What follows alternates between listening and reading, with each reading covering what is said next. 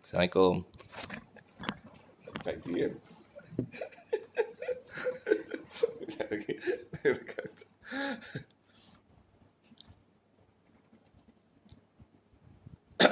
Bismillahirrahmanirrahim. Apa khabar semua? Khabar tak baik kan? Okey, hari ni saya ada tetamu khas dengan saya. Tetamu khas datang ziarah hari ini berbicara mengenai masalah dunia ni, tak adalah. Okey, semua, saya nak cakap sikit. Tahniah pada rakyat Malaysia. Tahniah kepada rakyat Malaysia kerana apa? Hari ini kita telah bersebar sebanyak 428 new case. Okey, 428 new case dengan new case 190 dan 15 case di ICU. Okey. Tuan-tuan, saya ambil ni pendekatan ni. Okey. Saya tadi baru balik pada Kenduri. Tak ada masalah pun. Saya pergi Kenduri ni. Orang jemput saya pergi. Pasal mana jemput sangat beria saya pergi. Tak ada masalah dekat situ. Dia begini. Benda dah spread, benda dah jadi kepada 428. Bila 428, gandaan 2.5 akan berlaku. Dalam kes coronavirus, saya sebut satu orang yang mempunyai possibility dijangkiti akan merebakkan kepada 2.5 orang ke 3 orang. Dia 2.5 orang atau 3 orang yang lain. Maksudnya kalau seorang jadi 2.5. Jadi 2 atau 3 lah senang. CP3 senang. So 3 kali 3. Lepas tu kali lagi 3. Kali lagi 3. So sekarang ni semua kes ini disalahkan kepada jemaah tabligh yang berjumlah 14,500. Automatically, kalau katakan daripada permulaan itu adalah 10 di jemaah tu, kali 3, maksudnya 14,000 tu kita assume. Saya tak salahkan jemaah tabligh, okey? Bukan saya salahkan jemaah tabligh. Bukan begitu maksud saya. Bila kita kata sepatutnya daripada awal, kita tak ada mass gathering. Tetapi, penekanan daripada pihak berwajib tidak berlaku. Maksudnya, biarkan benda berlaku. So, apa yang berlaku sekarang? Jemaah tabligh dipersalahkan. Hindu punya event di Teluk Bahang semalam 30,000 orang. JDT punya penyokong di Stadium Johor seramai berapa puluh ribu orang pula. Korang ni apa kena korang ni? Nak cik masalah macam mana? Kita dah kata jangan berkumpul. Bagaimana korang tak faham?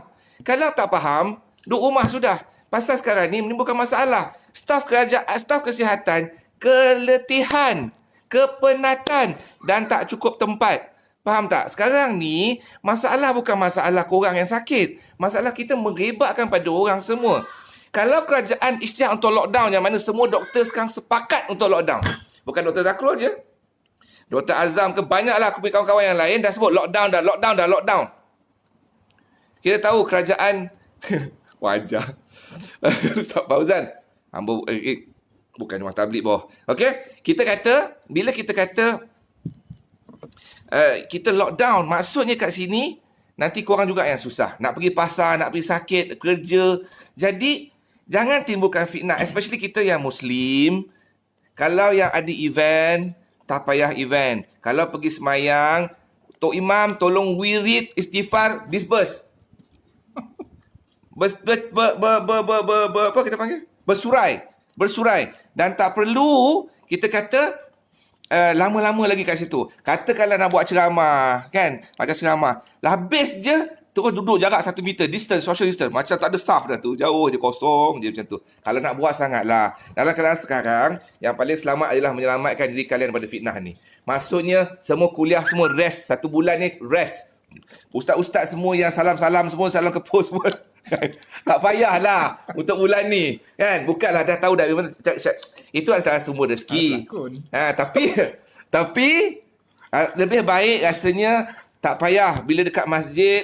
Sekarang ni bila kita kata sekarang ni you all menimbulkan masalah apabila masyarakat kita buat tak faham. Siap nak bercuti tu bercuti lagi. Yang tak bercuti pergi shopping. Yang pergi shopping kemudian berkumpul. Kalau pergi kenduri, jemput, pergi, makan, salam, belah. Cukup. Okey? Pasal benda lah, dia dah order semua. Kena ambil je lah. Tapi habis belah. Jangan pergi tunggu lagi, bahaya. Saya tunjuk data. Yang menyebabkan kematian adalah pada orang tua. Kalau korang rasa nak cuci Malaysia ni daripada orang tua, kumpullah semua.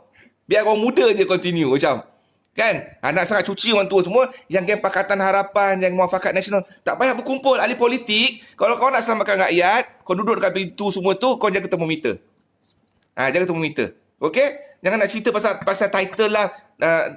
Geng-geng veteran UMNO, MKT semua tak setuju dengan kuasa semua. Tak duduk kat tepi hospital tu, volunteer, pakai PPE, ambil temperature seorang-seorang. Itu pun tak payah jadi doktor. Saya kata tengok, ada tak temperature. Ambil volunteer parti-parti politik ni. Kadang-kadang penat, kau tahu tak? Doktor sekarang penat sampai houseman nak kena panggil 1,000. Percaya tak cakap saya bahawa doktor 1,000 houseman tu, tak kala dipanggil untuk kerja, so bapak dia tu tak kata, tak payahlah jadi doktor.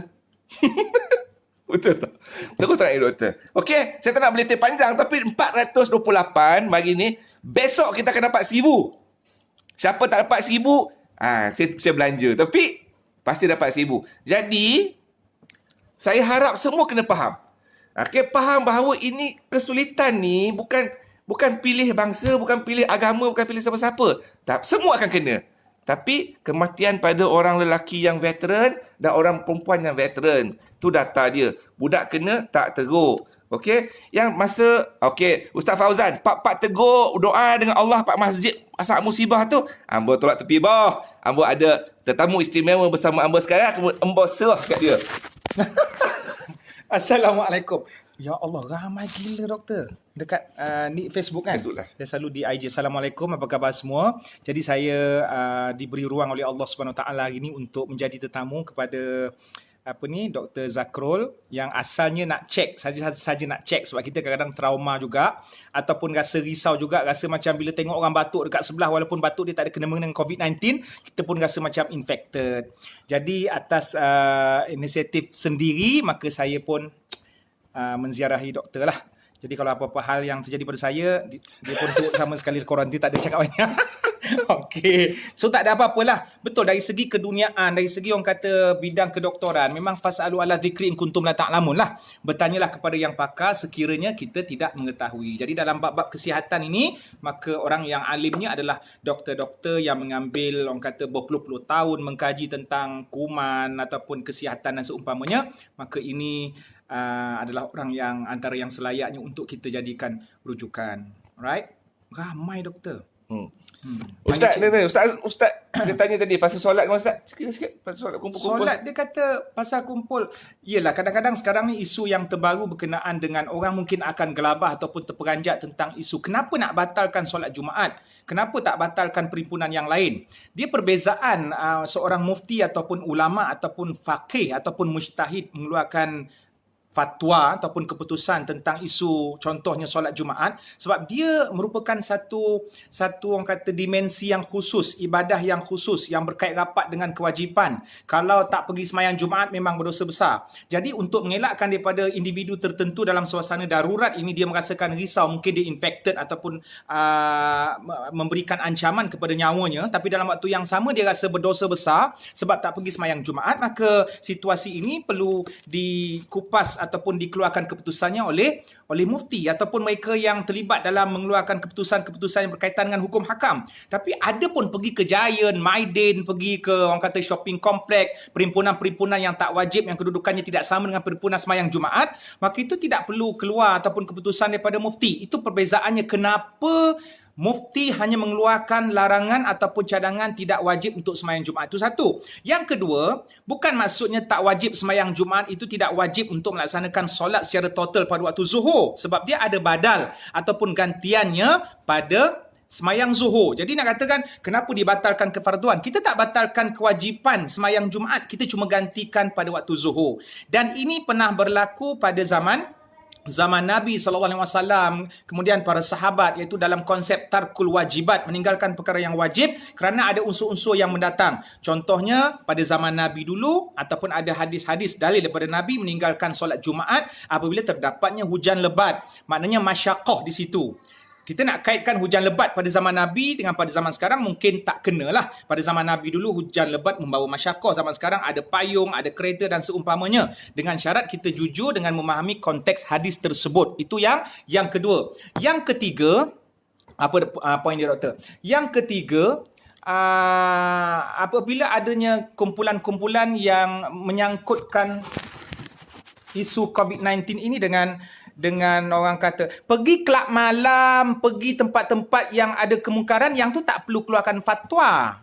Itu bukan bidang tugas mufti, sebab dia bukan, maksudnya bidang tugas mufti dalam bab hukum, tapi benda tu memang dah al-ma'lum fid din bid darurah. Perkara yang memang kita dah ketahui, pergi ke tempat-tempat itu memang tak boleh. Tetapi ada sesuatu yang kita tak tahu, boleh tak kalau saya tak pergi semayang Jumaat? Yang tu perlukan perincian dan orang kata penghalusan dari segi perbahasan para ulama'. Maknanya ada satu masa yang kita tak wajib melaksanakan solat Jumaat yang asalnya memang wajib, maka sudah pastinya mufti ataupun para mujtahid ataupun para ulama bincang tentang masalah ini. Dan yang terbaru, Dr. Yusuf Al-Qaradawi, Presiden Ulama Antarabangsa, telah memberikan cadangan dan menggesa supaya semua masjid di seluruh dunia ditutup ataupun tidak dilakukan sembahyang Jumaat. So itu satu. Yang ketiga seterusnya berkata konsep tawakal. Maknanya kita lebih takutkan kuman daripada Allah. Mungkin ada statement-statement yang macam ni. Kita kena bezakan antara takut kuman dengan takut Allah. Takut kuman dia bukan takut ubudiah. Tidak ada orang yang menjadikan kuman sebagai berhala selama ni. Jadi maknanya takut kepada Allah adalah takut ta'abudi. Takut kuman adalah takut yang bersangkut paut dengan kewajipan kita kepada takut Allah. Di mana Allah telah menggaris pandukan bahawa agama ini ada maqasidnya. Dan salah satu daripada maqasid agama menjaga keselamatan. Maka usaha manusia dari sudut duniawi dalam menjaga kesihatan adalah perkara yang dituntut oleh Allah Subhanahu Wa Taala. Maka berhati-hati dalam soal penyebaran COVID-19, bermakna kita taat dan faham konsep apa yang dibawa oleh Al-Quran dan As-Sunnah. Itu sahaja. Jadi kita nak jual awak lebih takutkan kuman daripada takut Allah SWT. Terjun kandang rimau dekat zoo. Kan? Selawat? Selawat perdana? Selawat. Yelah, itu maksudnya kita kena berlapis. Dia secara analogi dia sebarang perhimpunan, ya, sebarang perhimpunan. Maknanya kalaulah ulama bukan saja di Malaysia, bukan saja di negeri harum manis ataupun di negeri-negeri yang tertentu di Malaysia, bahkan di Singapura, ulama di Singapura, ulama di Kuwait, ulama antarabangsa dan di negara-negara yang lain, kita tengok dia punya ilah ataupun reason daripada fatwa yang dikeluarkan, kita boleh ukur dan aplikasikan pada perhimpunan yang lain. Maknanya jangan ada perhimpunan yang rapat dalam jumlah yang ramai, kemudian dalam jangka masa yang lama. Kalau kita nak comparekan perhimpunan Jumaat dengan perhimpunan pergi ke pasar pun kita boleh comparekan juga. Dia punya kesan implikasinya dari segi jarak dan seumpamanya. Sebab tu dalam bidang fiqh ini, perincian sangat luas. Kita kena duduk satu-satu. Dia bukan satu benda yang ulama keluarkan keputusan sesuka hati, saya rasa, tidak. Maknanya ambil kira dari semua sudut. Bukan saja kita nak kata mungkin orang tu bertawakal tinggi, tapi bila dia yang infected dengan COVID-19, maka dengan tawakalnya telah menyebabkan orang lain turut sama mendapat kemudaratan. Jadi Islam telah menjadikan mudarat itu sebagai kayu ukur perubahan kepada hukum. Maknanya perubahan hukum daripada haram kepada boleh, daripada wajib kepada haram, itu adalah perkara biasa dan telah ditunjukkan contohnya pada zaman Nabi dan juga pada zaman para sahabat, di mana dalam perang Ahzab Nabi meninggalkan solat asar tangguh sampai ke waktu maghrib. Nabi meninggalkan satu benda yang wajib kerana dilupakan oleh kesibukan baginda, dilupakan oleh orang-orang Yahudi ataupun kafir musyrikin dalam peperangan Ahzab. Adakah Nabi tidak faham tentang konsep ini? Dalam hadis yang lain Nabi mengatakan tentang kuarantin. Nabi lebih maju daripada kita. Nabi mengatakan apabila wujudnya penyakit berjangkit di sesuatu kampung, maka orang di dalam kampung tersebut jangan keluar dan orang keluar tidak boleh masuk ke kampung. Kalau kita boleh cakap dengan Nabi, kenapa tak boleh masuk Nabi? Yang penting Allah ada, Allah Maha berkuasa ke atas segala sesuatu. Lebih takutkan kuarantin ataupun takutkan Allah. Jadi siapakah tawakalnya lebih tinggi daripada Nabi SAW?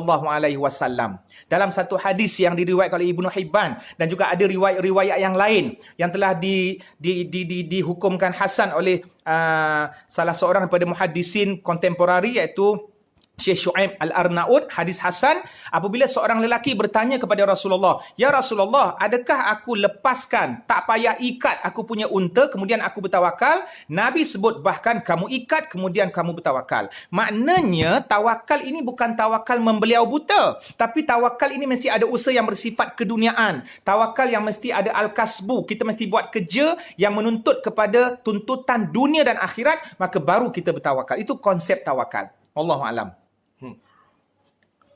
Dah faham dah? Ramai doktor. Ya Dah faham? Ini orang Negeri Sembilan cakap, nampak? Kuat. Okey? Sekarang faham bahawa tanggungjawab kalian adalah duduk diam-diam, basuh tangan, jangan keluar, jangan sibuk, jangan berkumpul. Tolong jangan berkumpul. Government lockdown.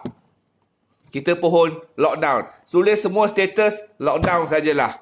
Paling senang untuk keselamatan. Pasal orang kita tak faham. Memanglah Ustaz lagi handsome agak-agak lah. Aduh. Okey, faham. So semuanya lockdown. Bahawa semua status buatlah lockdown supaya government ni faham. Government ni dia politician driven. Politics driven dah ada interest. So banyak benda yang dia orang akan ambil kira. Tapi kena ambil kira bahawa masyarakat kita memang takkan faham dan takkan peduli. Jadi bila lockdown, apa yang akan berlaku bila lockdown? Lockdown akan kontrol. Bila movement kontrol, pergerakan kontrol, shopping pun kontrol, tempat yang tak beli ada benda yang penting, tak ada istilah untuk bercuti, supaya kita semua faham bahawa coronavirus ni takkan boleh dikontrol tak kala you all punya sikap begini atau kita punya sikap begini. Yang batuk tak payah keluar rumah, selsema tak payah keluar rumah. Okey, yang paling penting kita keluar dalam keadaan paling selamat. Wahabi atau tidak, tak ada pilih per coronavirus, brother. Sebenarnya, jangan risau. Okay? Jadi, saya harap semua faham bahawa niat kami hari ini, kebetulan Ustaz Jarrah saya, kebetulan kes tiba-tiba dapat notis 428. Besok kita akan jumpa 1,000. Dan next kita akan jumpa 10,000. Dan tak kala pergi 10,000, memang kita akan lagi bermasalah. So, tolong jaga diri. Jadi, kepada semua, tolong jaga diri, basuh tangan. Di sebelah Ustaz, saya tulis zikir untuk basuh tangan. Tapi koranglah, basuh tangan. Dan sentiasa ada jaga kebersihan. Pasal Islam itu bersih. Kata-kata lain, Ustaz? Ya, kita sama-sama mendoakan semoga apa yang berlaku ini dapat diredakan dan semoga ini sebagai satu ujian yang Allah ingin meningkatkan martabat dan juga kemuliaan kita. Jangan gelabah, kita ada pakar-pakar. Saya pun kalau nak ikutkan, ialah siapa pun tak gelabah dalam situasi ini. Mungkin petugas-petugas kesihatan, dan satu perkara yang lebih penting, tindakan kita yang bijak akan memudahkan semua orang. Wallahualam. Terima kasih. Mohon ampun dan maaf atas segala kekurangan. Assalamualaikum warahmatullahi wabarakatuh.